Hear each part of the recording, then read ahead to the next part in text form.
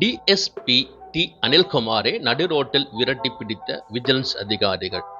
ஊழலற்ற கேரளாவை உருவாக்கும் நோக்கில் லஞ்சம் வாங்கிக் கொண்டிருந்த போது சேர்த்தலா டிஎஸ்பி டி அனில்குமாரை விஜிலன்ஸ் அதிகாரிகள் கையும் களவுமாக கைது செய்தனர். போலீசார் பறிமுதல் செய்த கழிவுநீர் அகற்றும் வாகனத்தை சட்ட நடவடிக்கைகள் இன்றி விடுவிக்க ரூபாய் 2 லட்சம் கேட்டதாக கூறப்படுகிறது. வாகன உரிமையாளர்களிடம் பெருந்தொகை லஞ்சம் கோரியதாக தகவல் வெளியாகியுள்ளது. இத்தகைய பெரிய தொகையை கொடுக்க தயங்கிய வாகன உரிமையாளர் உடனடியாக ஆலப்புழா விஜிலன்ஸ் அதிகாரிகளுக்கு தகவல் அளித்தார்.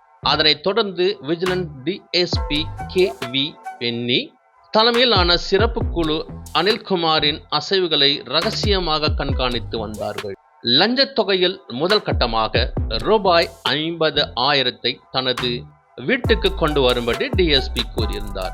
அதன்படி பணம் கொடுக்க வந்த வாகன உரிமையாளரை விஜிலன்ஸ் அதிகாரிகள் ரகசியமாக பின்தொடர்ந்தனர். மாலை நேரத்தில் வீட்டில் வைத்து பணத்தை வாங்கிக் கொண்டிருந்த போது விஜிலன்ஸ் அதிகாரிகள் வீட்டை முற்றுகையிட்டனர். அதிகாரிகள் வருவதை தொலைவில் இருந்தே கவனித்த அனில்குமார் ஓடி கதவை பூட்டிக் கொண்டார்.